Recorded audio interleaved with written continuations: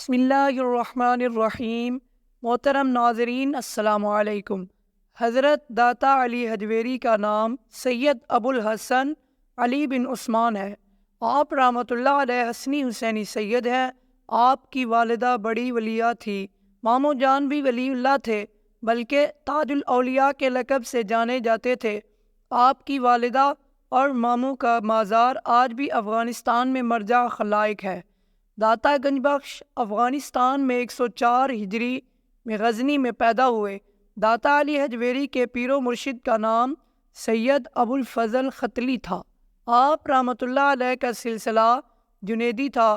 داتا گنج بخش نے دین کی طرف بہت رغبت و محبت پائی۔ علم دین کے حصول کے لیے کوشاں رہے۔ بڑے بڑے بزرگوں سے مل کر علم حاصل کیا اور خوب سیاحت کی۔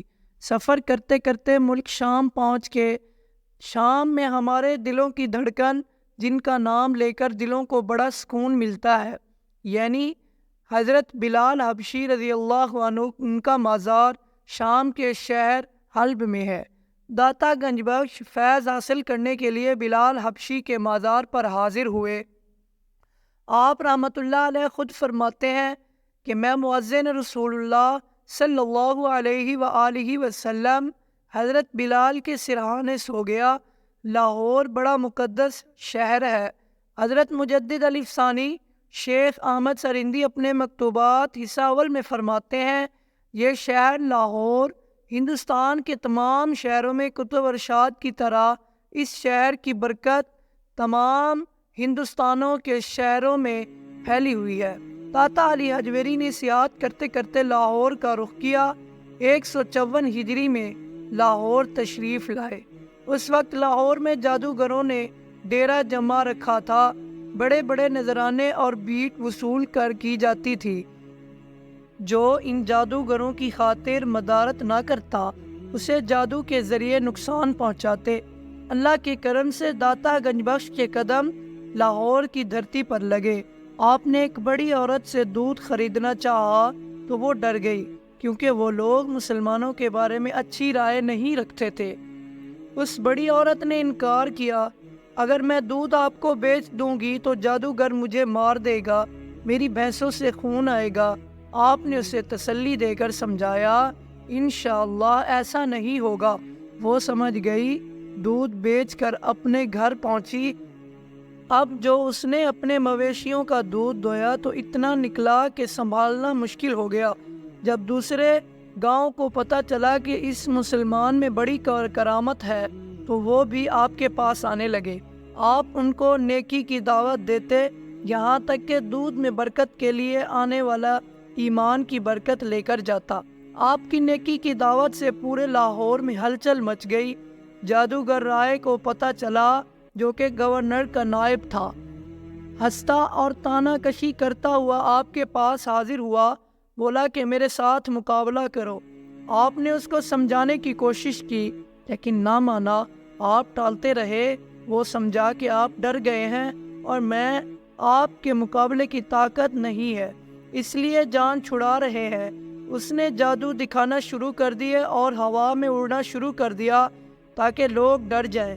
آپ نے اپنے جوتے کو حکم دیا، اس کو مزہ چکھاؤ، تو جوتے نے ہوا میں پرواز کی اور جادوگر کے سر پر پڑنے لگا تو اس کو مارتے ہوئے آپ رحمۃ اللہ علیہ کے قدموں میں ڈال دیا۔ قدموں میں گرتے ہی اس کو حق کے جلوے نظر آنے لگے۔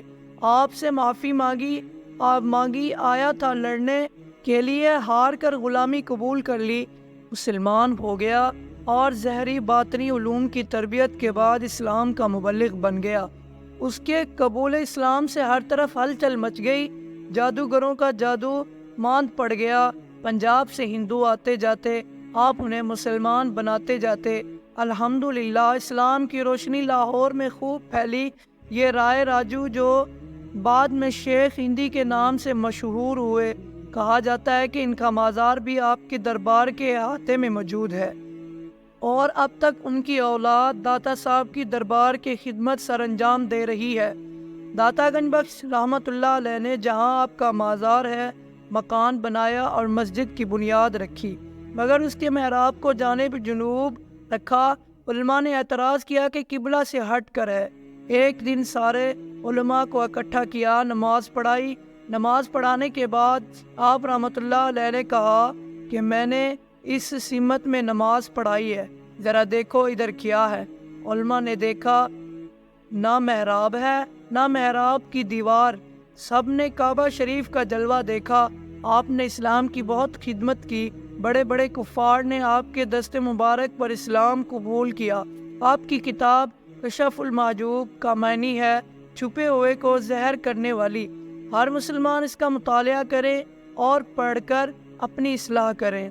آپ نے اور بھی کتابیں لکھی۔ حضرت خواجہ غریب نواز رحمۃ اللہ علیہ نے آپ سے متاثر ہو کر ایک شعر کہا، گنج بخش فیض عالم مظہر نور خدا، ناکسارا پیر کامل کمال را رہنما۔ ولی کی صحبت سے ایک آن میں بندے کی تقدیر بدل جاتی ہے۔ ولی کی صحبت مغفرت کا سبب ہے۔ ولی کے قدموں میں رہنا سعادت کا باعث ہے، بلکہ ان کے قدموں میں دفن ہو جانا بہت بڑی برکت کے حصول کا سبب ہے۔ شروع صدور میں ایک واقعہ لکھا ہے، ایک جگہ قبر نرم ہو کر کھل گئی، عزیز و اقارب جمع ہو گئے، دیکھا لاش نظر آ رہی ہے، ایک شاخ لپٹی ہوئی ہے، 2 شاخیں ناک میں داخل ہے۔ انہوں نے قبر کھول کر لاش کو خشک زمین میں دور جا کر دفن کیا۔ اب جیسے ہی قبر میں اتارا تو لوگوں کی چیخیں نکل گئی کہ وہ شاخ سانپ بن گئی اور لاش کے منہ کو نوچنے لگی۔ لوگ پریشان ہو گئے کہ اس کو اس مصیبت سے کیسے بچایا جائے۔ اتنے میں ایک ولی اللہ آئے، انہوں نے کہا کہ اگر تم اپنے مرحوم کی خیریت چاہتے ہو تو اس کو وہیں دفن کر دو، کیونکہ وہاں ایک ولی کی قبر ہے، اس کی برکت سے یہ سانپ یہاں شاخ بن گیا تھا، پھول بن گیا اور اس کو فائدہ دے رہا تھا۔ جب لاش کو دوبارہ پہلی قبر میں رکھا تو فوراً وہ سانپ شاخ اور پھول بن گیا۔ ولی کے قدموں کی بہت برکت ہے۔ بہرحال حضرت داتا گنج بخش کا مزار مرجع الخلائق ہے۔ اللہ عز و جل کی ان پر رحمت ہو، ان کے صدقے ہماری مغفرت ہو۔ امید کرتا ہوں کہ ہماری ویڈیو اچھی لگی ہوگی۔